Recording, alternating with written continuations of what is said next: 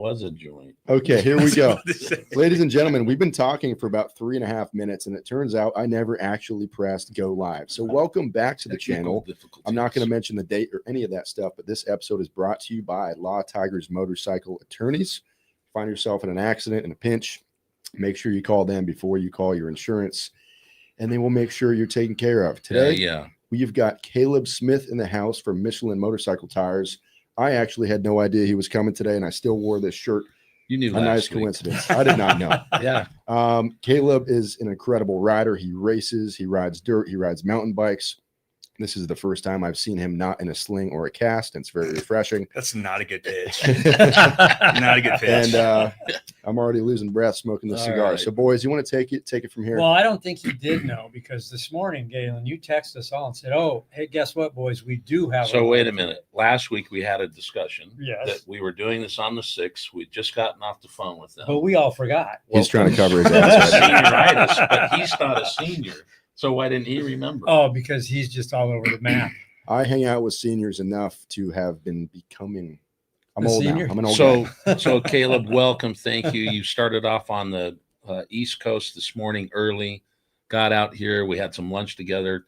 Tell them your name and what you do for Michelin and your favorite motorcycle you like to ride. So Caleb Smith. I am the North American OE account manager for motorcycles. So I work with Harley Davidson. I work with their engineers, with their marketing teams, and make sure that we're kind of partnering together and moving forward. But I am also a recovering engineer. So I do tire nerd, get to answer a lot of fun questions. Although I will say amateur racer. Yeah. I have friends who are actual racers. I'm like a vet guy. You're not the pro? I'm not the pro. Yeah, basically, I'm not the pro. In the first couple of minutes where I thought we were recording, I was like, hey, this dude rides more miles on the track every year than most people do on the highway. He patted himself on the back. It was great. But yeah, he's a real rider. Well, and I think, what's your favorite bike?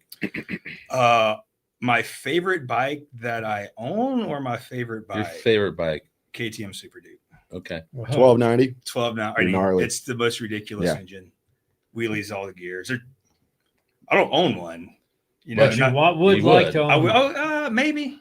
I would like a friend that had one that let me ride it when I wanted to. My brother had a 1290 Super Adventure T, and it's nuts. Like out of the box, it's like 170 something horsepower with a couple little mods.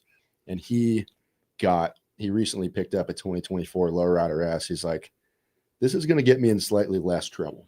So we've known Caleb for going on 2 years now, a year and a half. We're gonna get him on a Harley pretty soon. Yes, right? I have ridden Harleys. Oh, I know you have. I just don't. We need it in the garage, though. Yeah. But the real cool thing is, we work with different people in this industry, and when you work with people that you like, we had lunch with Caleb today, and we've been with him in Sturgis, and he's a real rider. He has a passion for the sport, the same thing that we do, and it just ends up being a good time. I like that when I think he was mentioning at lunch, the community feel of it. Yeah. As motorcycle groups, and you can go to a track, you can go to a bar somewhere. Yep. And if you roll up on a bike or what have you, even at a gas station, they're looking, and now you start, John, we have people that come to the studio here. By the way, open house this Saturday, November 8th from 11 to 2. Come by.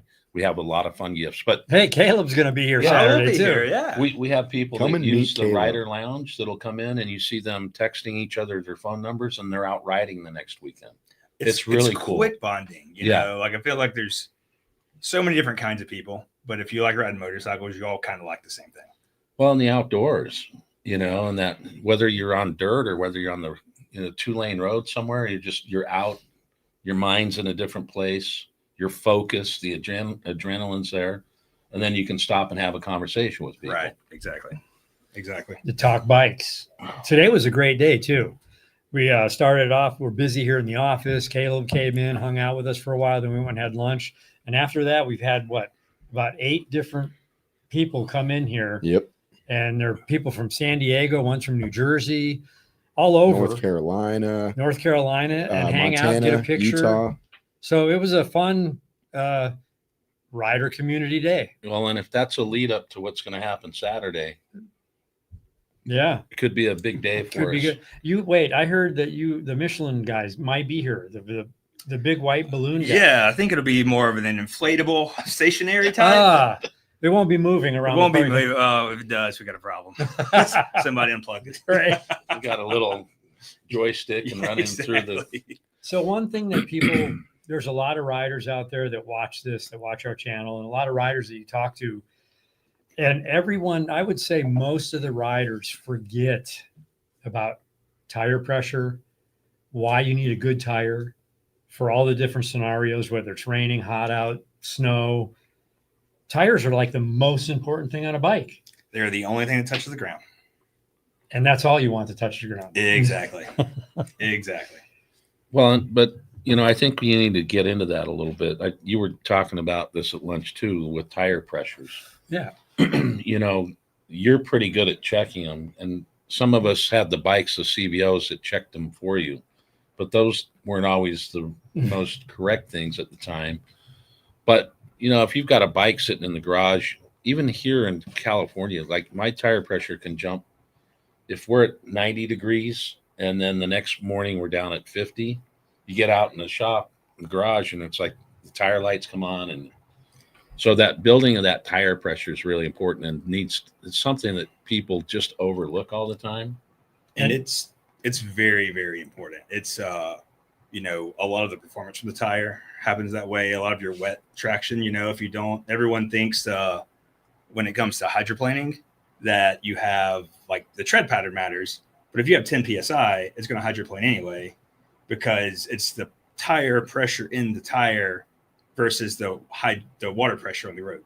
Right. Mm-hmm. So no matter what kind of tread pattern you have, if the tire pressure is low, you're going to hydroplane, you're going to slip. And you also have to think about it from an endurance standpoint. Like the tire is designed to carry the load of the bike, passengers. In the case of our Commander tires and other, custom V-twin, like these are heavy bikes.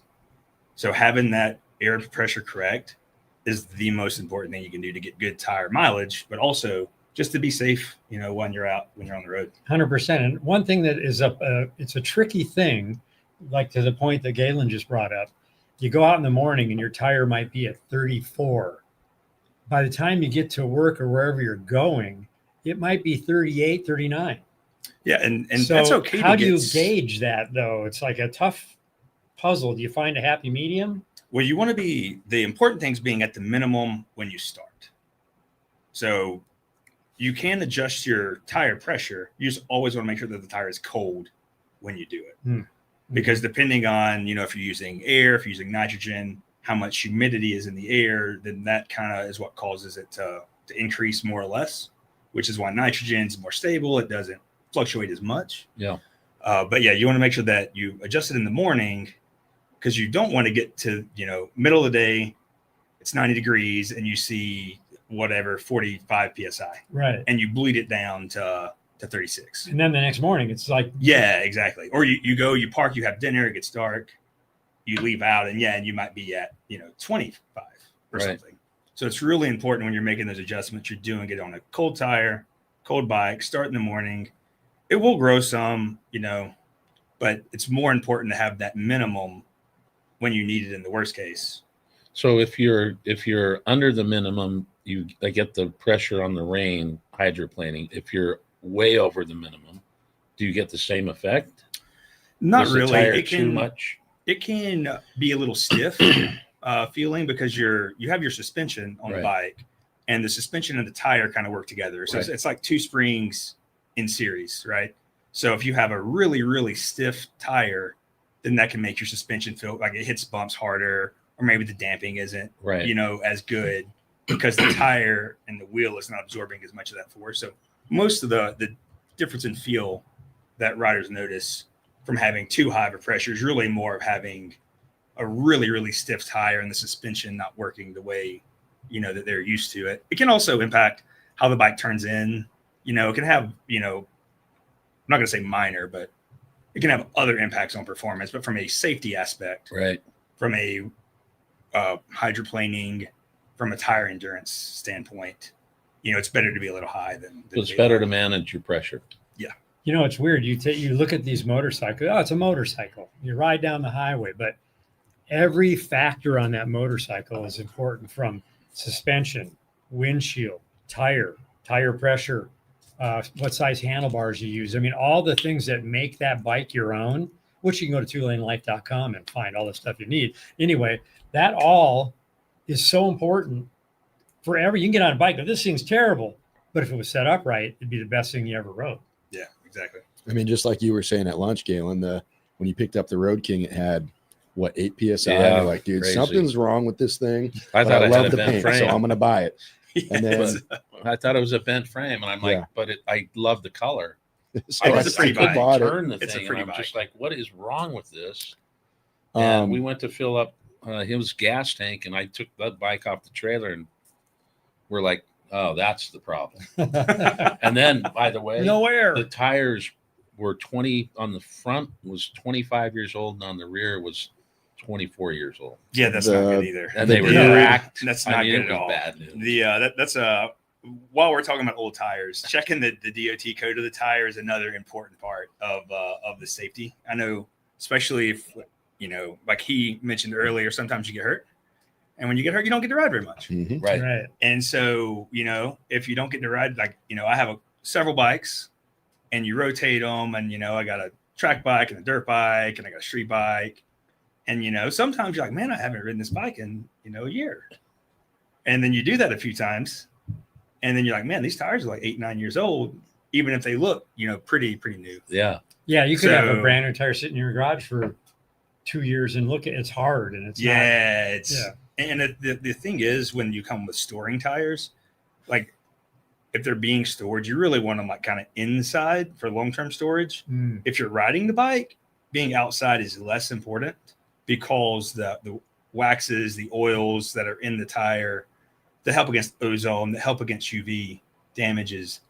The tire warms up, everything kind of moves around, but it's when you have a tire that's just sitting there for long periods of time, that's really when they start to get stiff and crack and things like that. Yeah. Huh. Another thing people forget when they change their tires, they maybe change 1 or 2 sets of tires, but don't forget to check your brakes every time. Right. Brake pads are easy to change, What were you going to say?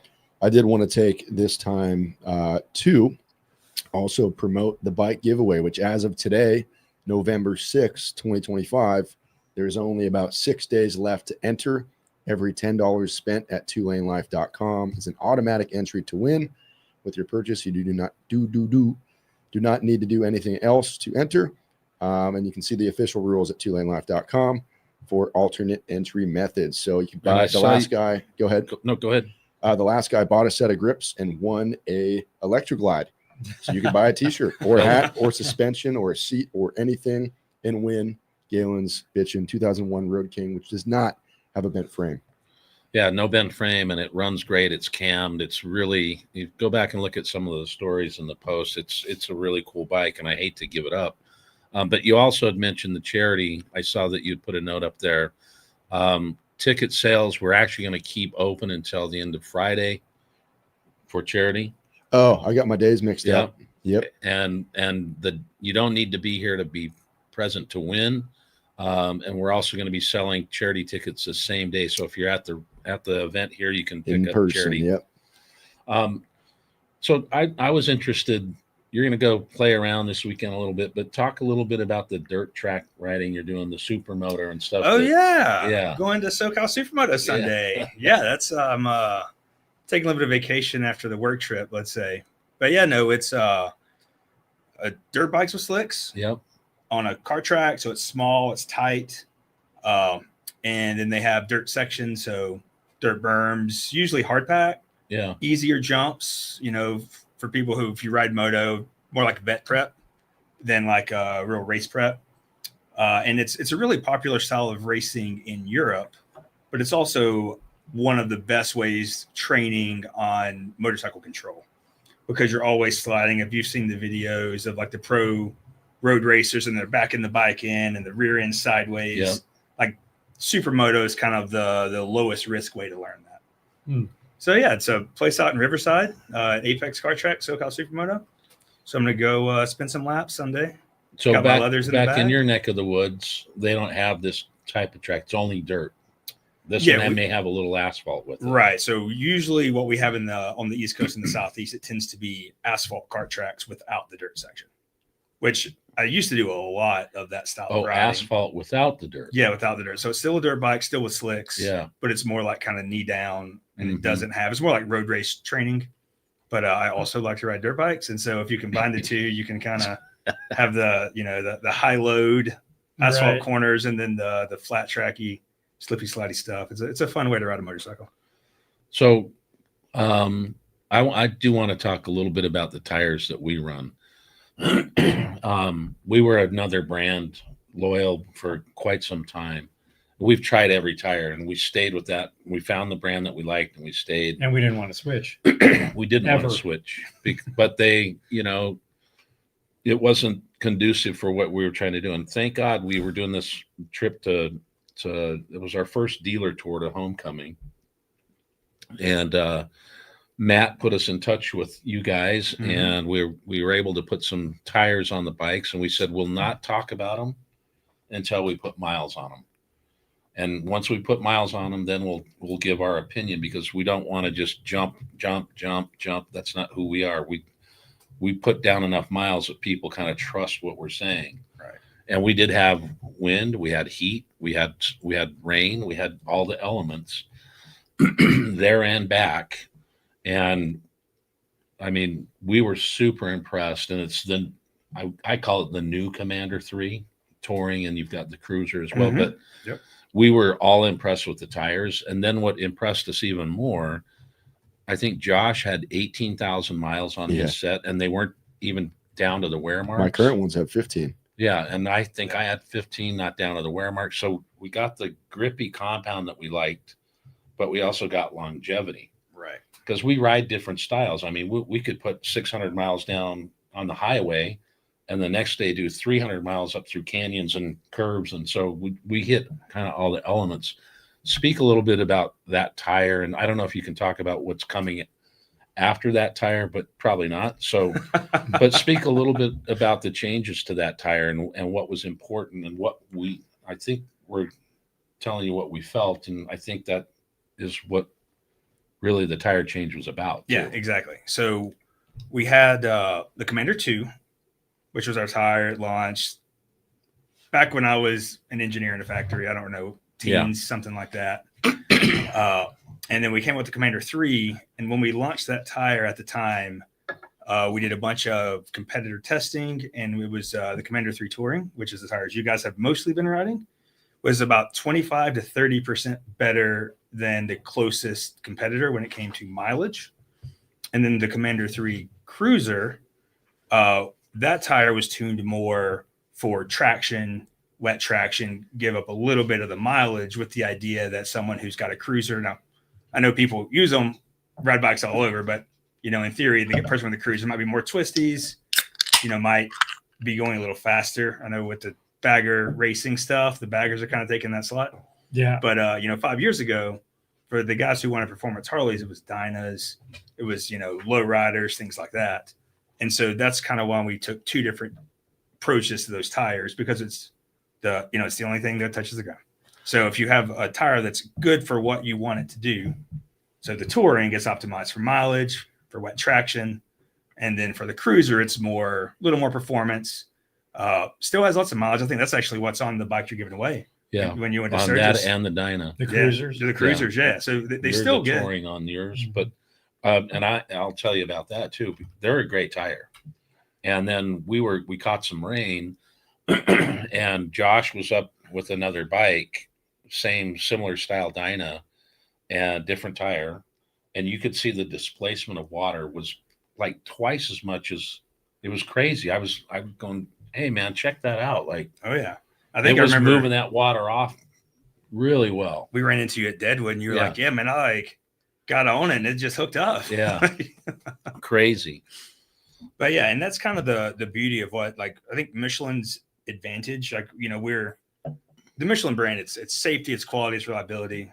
When I was younger, it was like the baby in the car and the mom slams on the brakes, and so much is riding on your tires. But that ethos is really Michelin brings that to all of the product lines.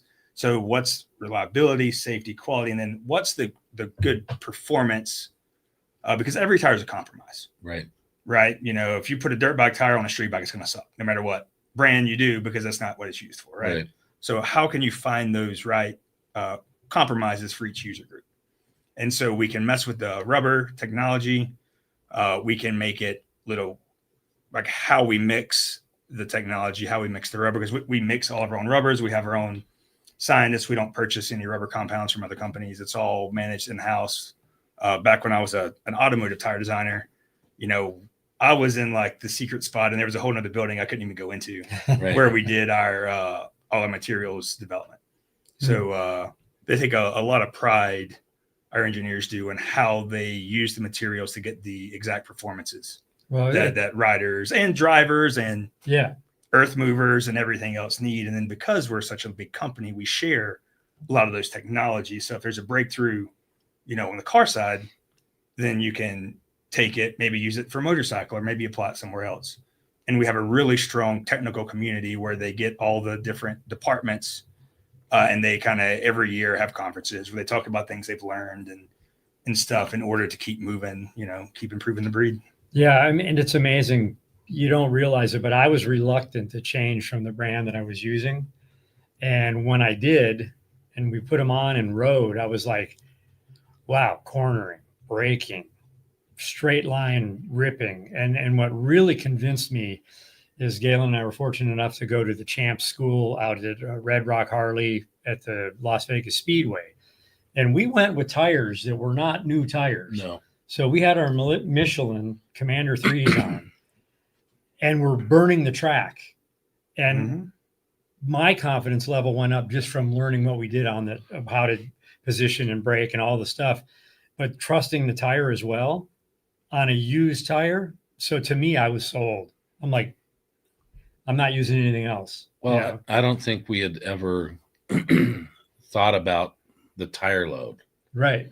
Yeah. And so, you know, you've got 3 or 4 instructors that are all national champions, road racers, all that, you know, and they did a simple kind of drill, and they took just a plain tire and they did the load, you know, and showed if you didn't load the tire, like if you hit the front brake, that tire can skip if it's not loaded right. Right. And so that kind of started going, okay, because we've ridden 500,000 miles or more each a piece over the last 10 years or whatever it is. So, and I've ridden since I was 8. He picked it up a little later, but he's been around it. And so we were pretty confident in our riding skills. You know, we've had people follow us and say, man, you guys are so tight knitted.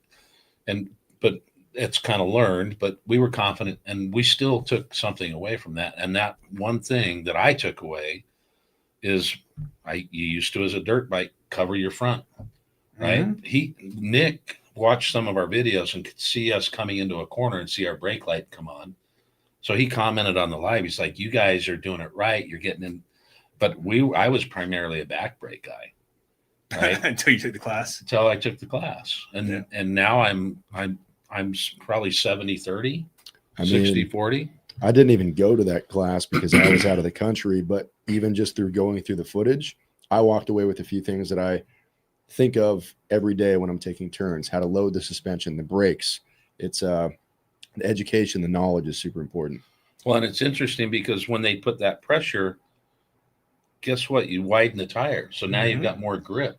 Yep. I mean, And, even, you know, my dad was like, go pull the rope and get on your mini bike and get out of there. It wasn't like, load the front end, son, and let's get the, you know. Yeah. but even the fine tuning, you could be going pretty fast around a corner, not even really let off the gas, but just barely touch that brake, and it's loading your bike just enough to get that corner.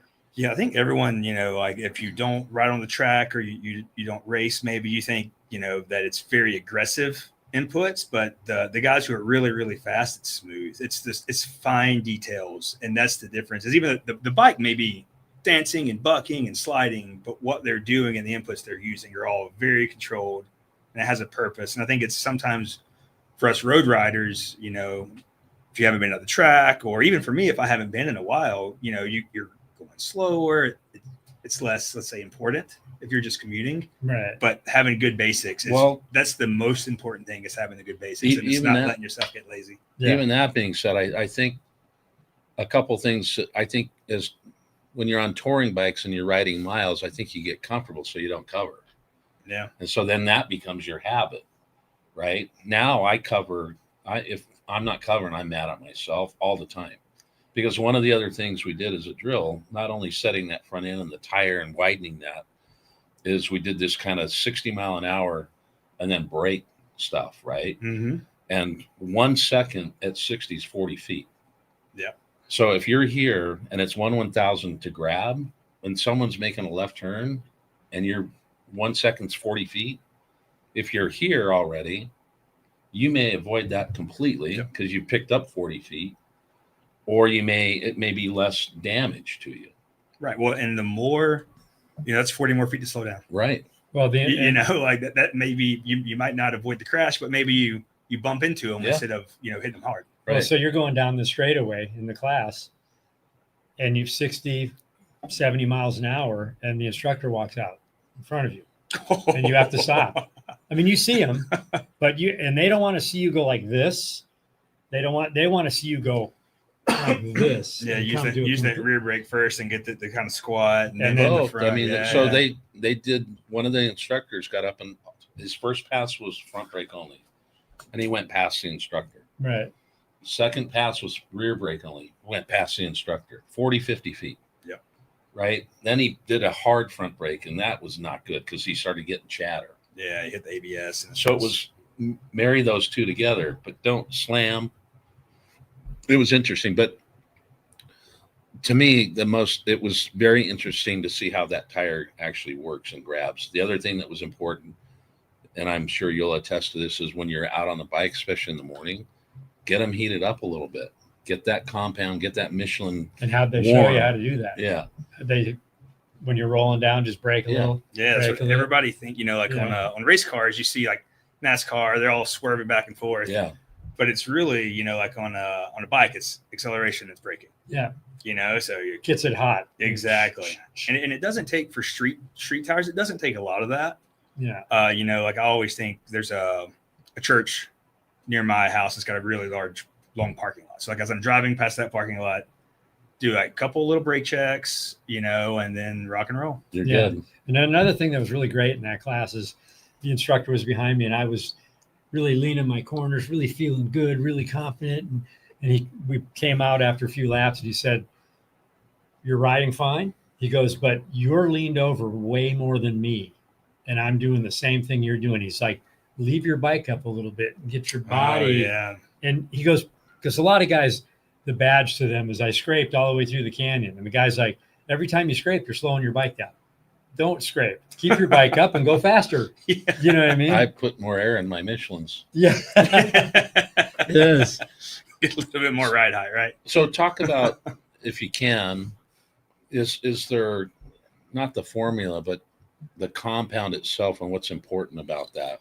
So most of our motorcycle tires use silica, and so silica is sand. Yeah. It's technology that Michelin created in the 90s, and what that lets you do is it lets you tune the different performances. There's a term, hysteresis. It's kind of like energy, heat loss through deformation, and so what silica lets you do is you can change how that happens. So like the old school, if you wanted a grippy tire, it had to be soft. But because it was soft, like you put your fingernail in it soft, it didn't maybe last. Right. Because that same softness that gave it the good traction meant that it heated up, it burned off quickly, things like that.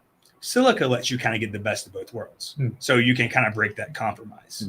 Now, that said, you can have a silica compound that is more for wet traction or more for wear, right? Because not all silica compounds are the same, but it's a really, really helpful kind of tuning lever that we're able to use. And even like I think it was you who were talking to me, we walked out and you're like, "What's this little stripe here on this front tire?" It was the carbon black, because the silica is not conductive, but we believe that you want to have some kind of way to dissipate the static electricity. So for all of our silica tires, we run a small little strip of carbon black That's the line you see. And that's the line you see around the top of it. And so that is a way, again, that we kind of have to So it's not compromise. a two-piece tire? Yeah. It's not a two-piece tire in the way our sport bike tires are. That's for sure. Yeah, a lot of our high-end stuff, they have like the soft rubber on the outside, have multiple tread compounds in them, things like that. And that's another thing while I'm on my little soapbox. Like everyone says soft, and it absolutely drives me crazy because soft is relative, right?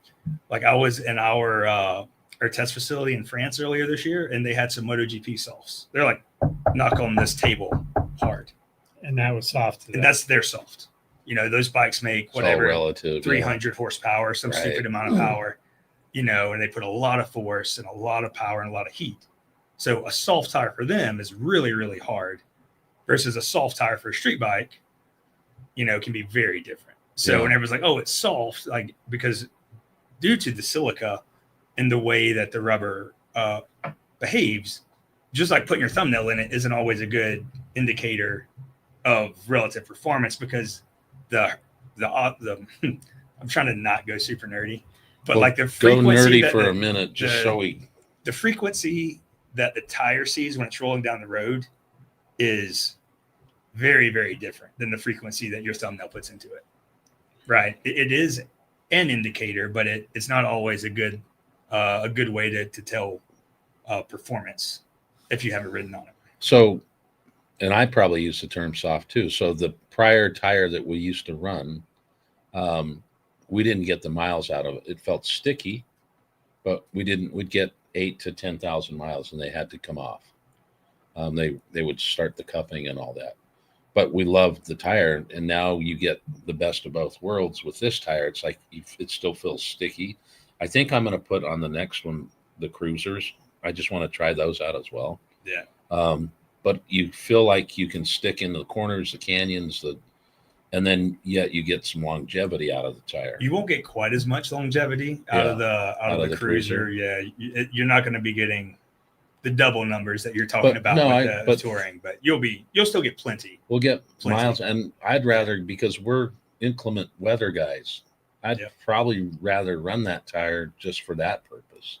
Right. We'll run into snow or sleet or, you know, and that's when you're really counting on your riding skill and the tire that's in the road doing its job. Well, and sometimes that's just luck too. Like you know, everybody's on their phone anyway when they're driving. Yeah. You know, it's raining. Do they see you? You really want to be extra proactive. That's why it's kind of, you know, you go to events and they're like, oh yeah, I don't ever ride in the rain. That's not important to me. Like, when it stops raining, do you stop? Do you pull over? Because like if you don't ride in the rain regularly and then you get caught in the rain and you keep riding, that's when you need all the safety versus maybe someone like yourselves. You know, I ride a lot in the rain as well. Like you adjust, you go slower, you're smoother. You know, we grab a lot of front brake. Yeah, just slam on it, right? Just, when the ABS is blinking, that means you're right. But you know, when we're on our way to Sturgis and there's 10 of us and we're with the thrashing boys, the fueling guys, and we all know how we ride and we all ride good. We've been in some gnarly rain. And if we're going 80 miles an hour before the rain, we're going 80 miles an hour in the rain. And you can be confident if you trust your tire. Yep. That you know it and you feel it and you're like, we're going, everyone's doing the same thing and we're good. You know? Yeah. When you're done, put up the get nerdy. This is good info. Great info. Well, somebody said that. Yeah, that's what I always tell myself. Now go nerdy. Go nerdy. Now that I've come into the sales side, it's I always get a little carried away when I start talking about all the engineering stuff. Well, I honestly, and this is no disrespect to anyone out there, but sometimes people aren't riding their motorcycles that often. And so they're on a stock tire for 4 or 5 years. And that's not good. No. And you don't think about it so much. I mean, when my first bike, my Road King, how many miles did we do the first year? Like 5,000, something like that. We didn't know much about tires. We didn't know. You know. And so now as you write, so if we can share this knowledge with people and have people like you come in and talk about what's important, air pressure, the type of tire, the compound, it helps people kind of start choosing. And again, we're blessed because people see us out so much that they trust what we say. Right. And that's a curse sometimes too, because they're like, I didn't like that thing. Well, sorry, we do, but to put that down in the miles and to put it through its test. I mean, we did 4,200 miles the first run from homecoming to Sturgis home. All the way back. I think it was that first year that I met y'all, right? Yep. I think they need almost like a thermometer or when you got to check the heat in your barbecue. It'd be great if they had something. You walk out in the morning, you just laser your front tire and go, oh, I'm good here. So you can't that's a thing even that you see sometimes at the track is people try to use the laser. Right. You really need to use a temperature probe that goes in there and gets the temperature in it. Like I guess we didn't really go about my history, but engineer, was a manufacturing engineer, quality engineer. Then I became a tire designer, and now I'm doing this. And when I was a tire designer, I was super fortunate to work with our motorsports team.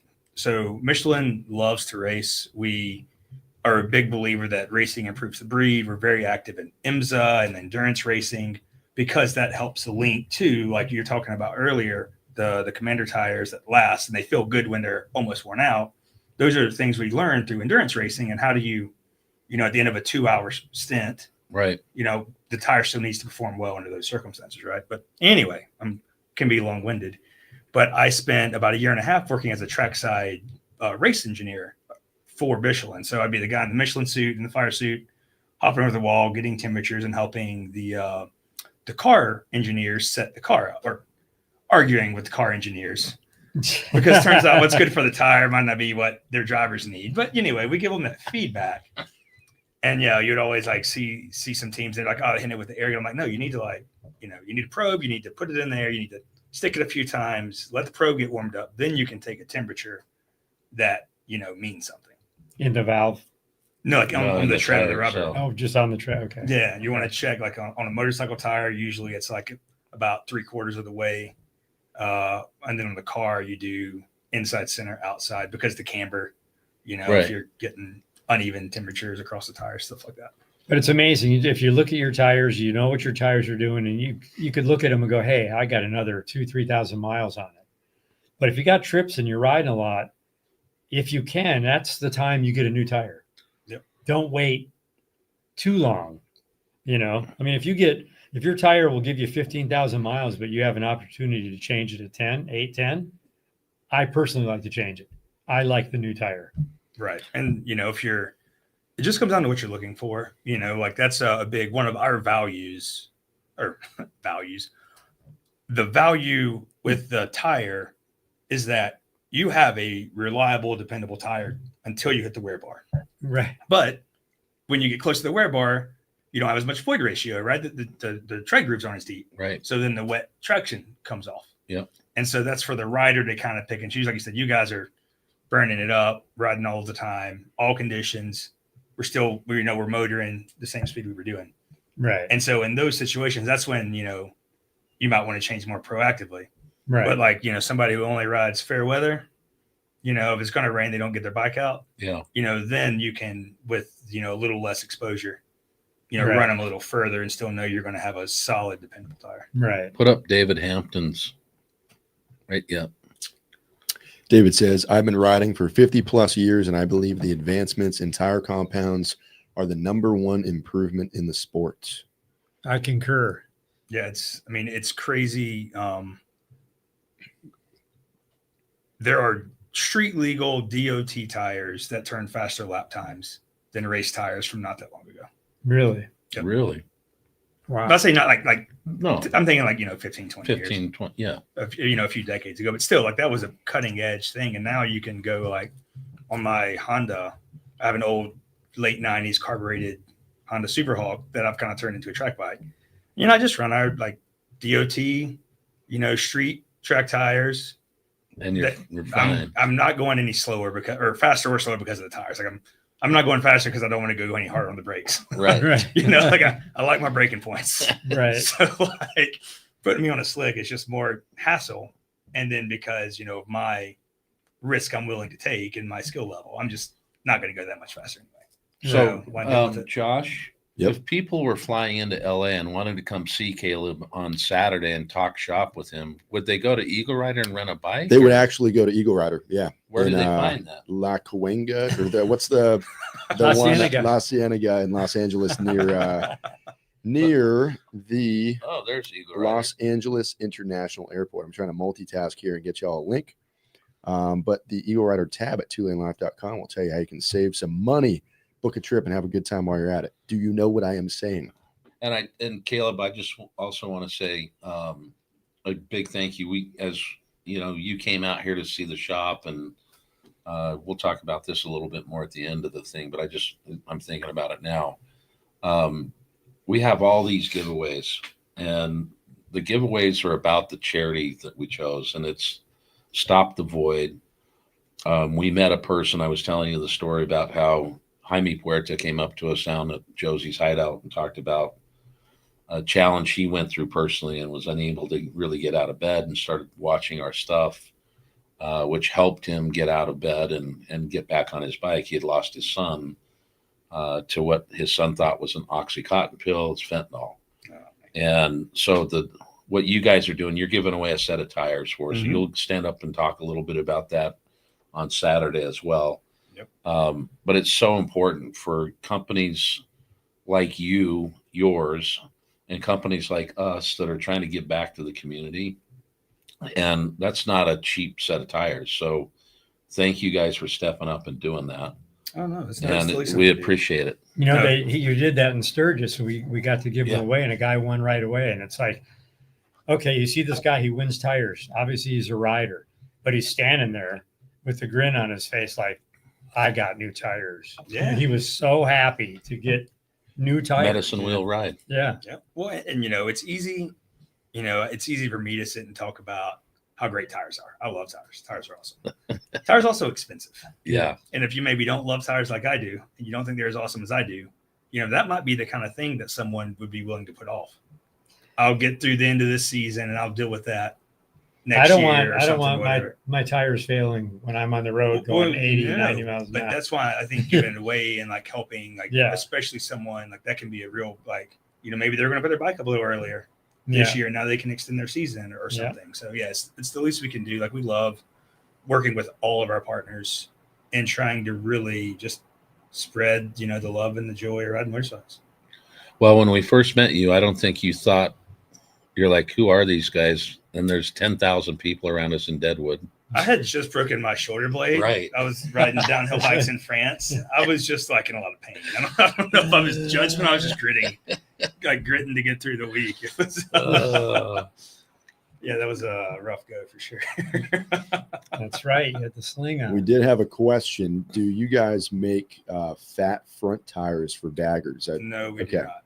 And then the only other question we had was more of a general advice for using tire plugs. Obviously, it's not recommended. They're essentially designed to just get you where you need to be. Right, exactly. Right? But so it's that's the thing that people do. We don't recommend it long term, simply because same reason on a car or a truck, you don't plug the shoulder, right? Because that's when it moves, that's when it flexes, and so it creates more heat and it makes it more likely for the plug to fail. On a motorcycle tire, it's kind of always moving, so the whole tire is kind of doing that. But from a get you going, you're in the middle of nowhere, a plug can be an absolute game, like trip saver, really. But the key thing is having, I think, a good selection of plugs, as in like a mushroom, a rope. Exactly. Have a few different styles. Again, I'm a belt and suspenders kind of guy. But you have that, and then also really take the time.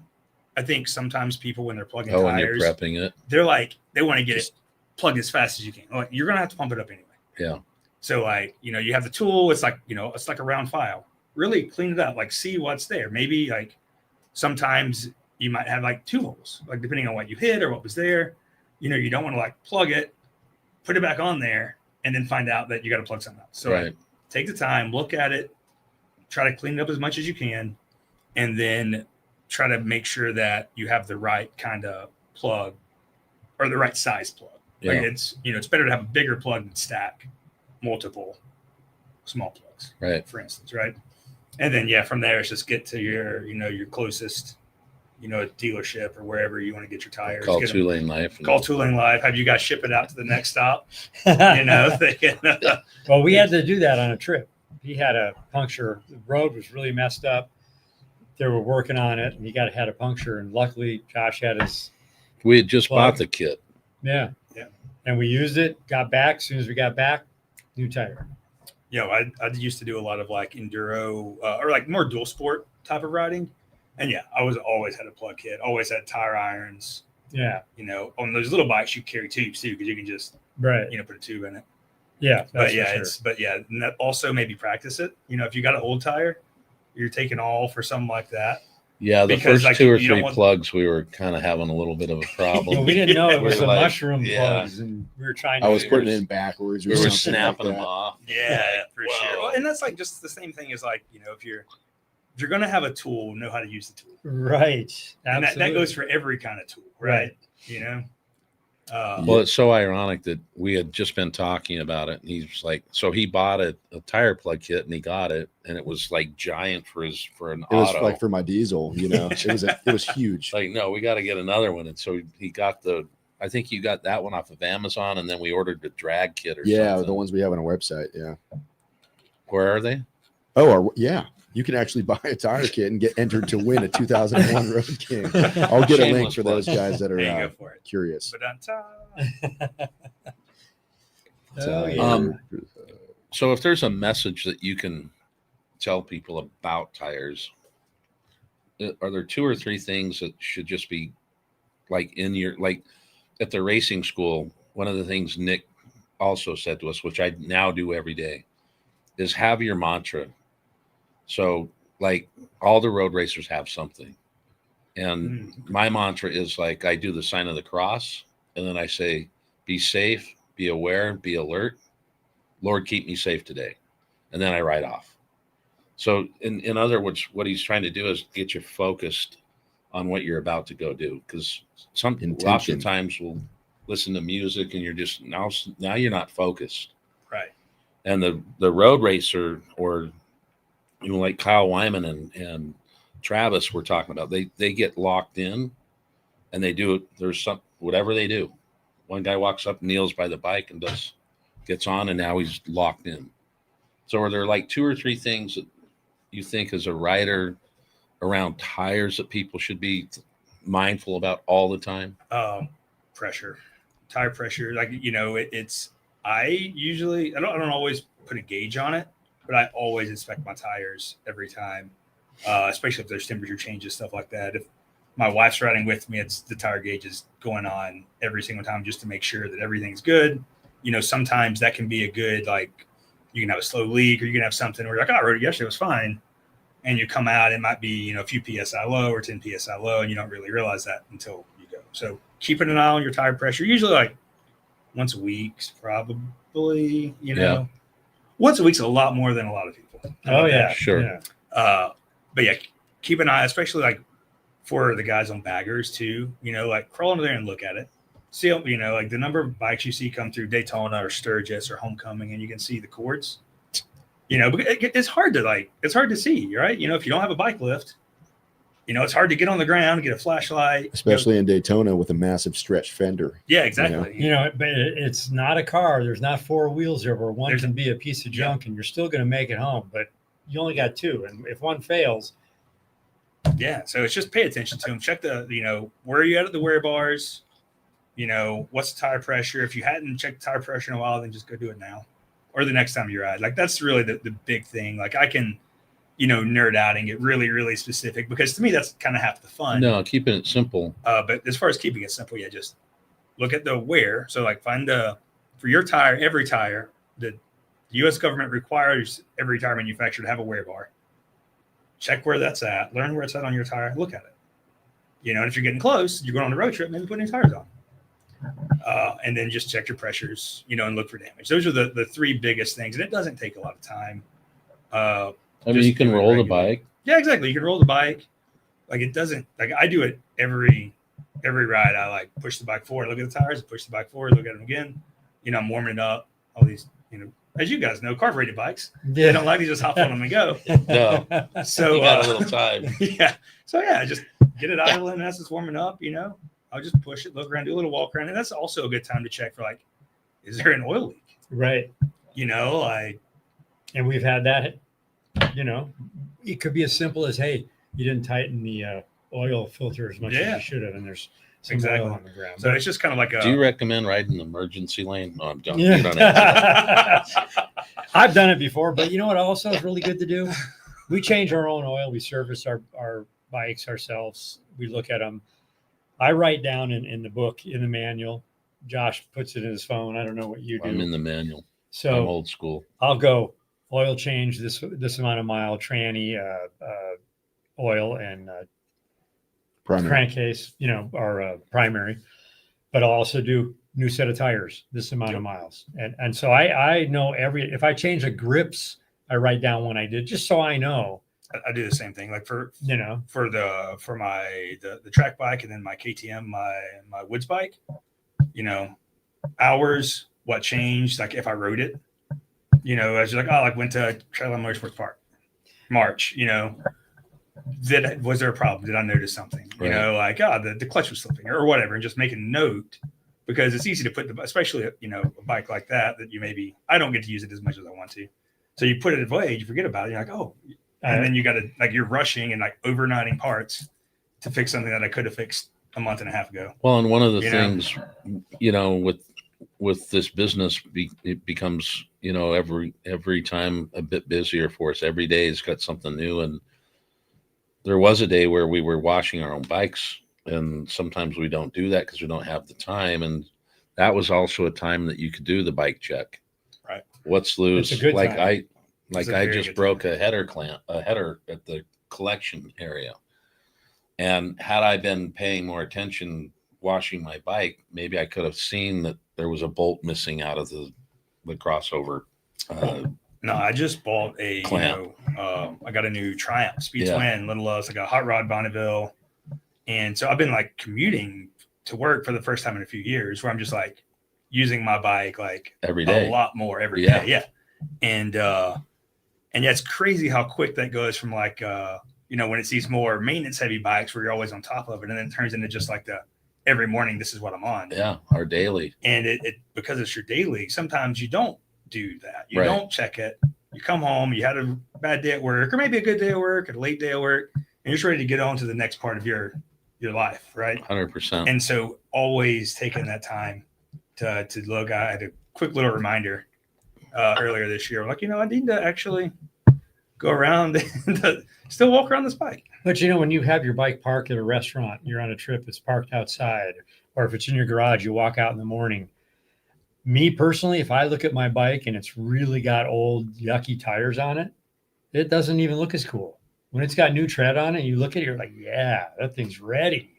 Well, and I think it's always a good, you can usually tell a good bit about how someone takes care of their stuff by looking at the wear. What's the chain? If the belt's fraying, if the chain's super rusty or super saggy, right? Is the tire down to the threads? That's a good indicator of kind of how people take care of their stuff. As simple as, is your seat screw tight? Mm-hmm. I've seen guys riding and there's no more seat screw. Oh man! I lost 2 last month, but for some reason they just keep falling out, even with Loctite and a nice crank. Yeah. With a what? A nice crank of the hog. The motorcycle, the hog. The hog. My hog. Yeah. Your hog. Yes. Just cranking. Well, we're bumping up on that hour, although Josh, we started 3 minutes earlier. We would have been at an hour if I didn't let us begin the podcast and talk for 5-10 minutes before actually pressing start. But shameless plug from you about Michelin. I mean, why you're happy as an employee there. You love the tires. You run them yourself. Yep. Just tell us about that. We think we make the best tire for your motorcycle. I agree. Bar none. I think people who ride it give us a shot, support you guys, get some Michelins, and just get out and have fun on bikes. It is. I can go a whole I've had a great career with Michelin. I've done a bunch of really cool jobs. I've got to travel. I'm here. doing this, Yeah. right? So I have all kinds of great things to say about Michelin as a company, but for something that matters to the audience, that just gives a shot. We think that we make a really good tire, and we think that it's noticeable, and give them a shot. We think so too. What were you going to say? I don't remember. Technically speaking, from a shameless plug standpoint on our end, if you get a set of Michelin tires, you could get like 30 to 60 entries to win a bike.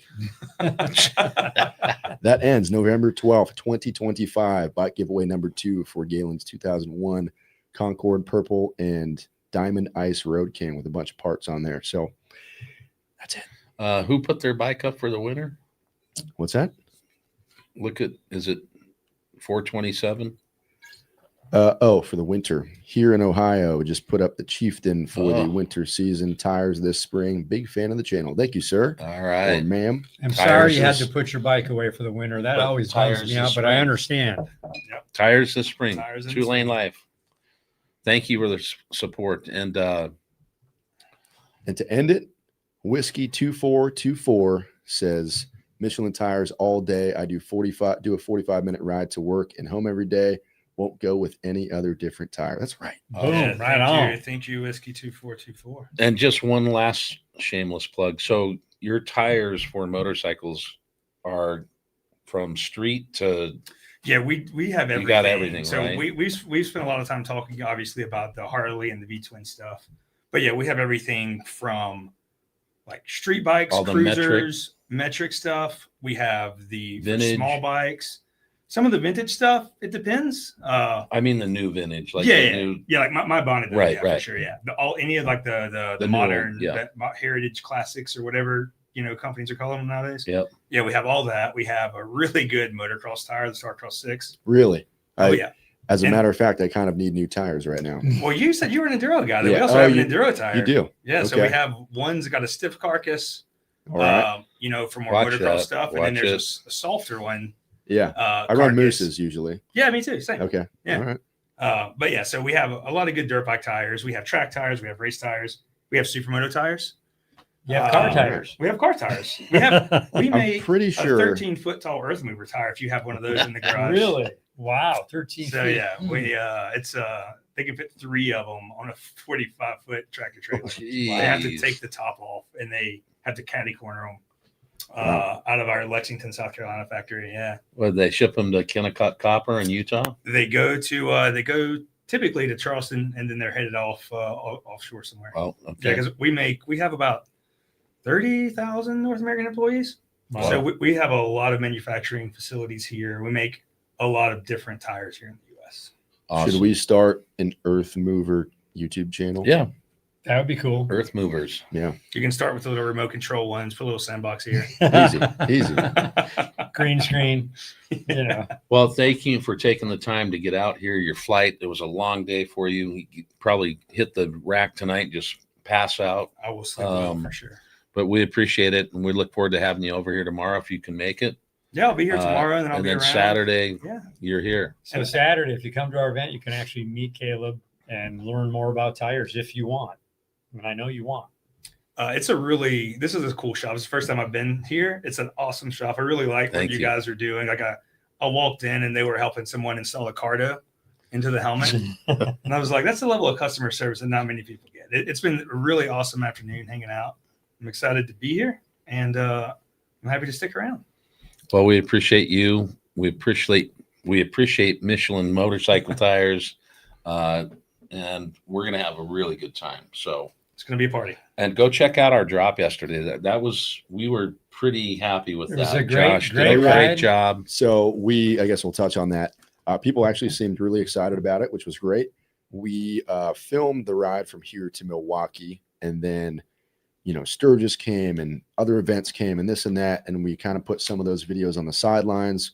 So we either have 1 more or 2 more videos left from the ride from LA to Milwaukee. We already dropped the videos in Milwaukee at homecoming, but they're actually kind of a cool time. Good eats, good riding, good people. Threw in some film photography in there. So stoked for that. And then we got the Love Ride this weekend. We got our event this weekend.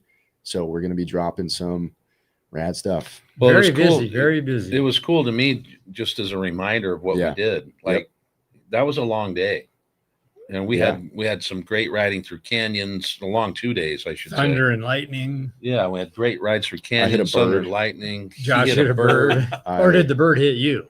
I think it actually hit me because I was going undisclosed speed straight, and the bird must have hit me from like an angle, just the way of the blood spray on my shirt and my, I think it came this way because it came up through your fairing, and I saw it come off your neck. Yeah. I saw a piece of white just go pew. And I'm like, what the hell was that? I just wonder if he was just having a bad day and he did it on purpose. He probably did. All right. Thank you all. Appreciate you watching. And we'll see you down the road. Down that road.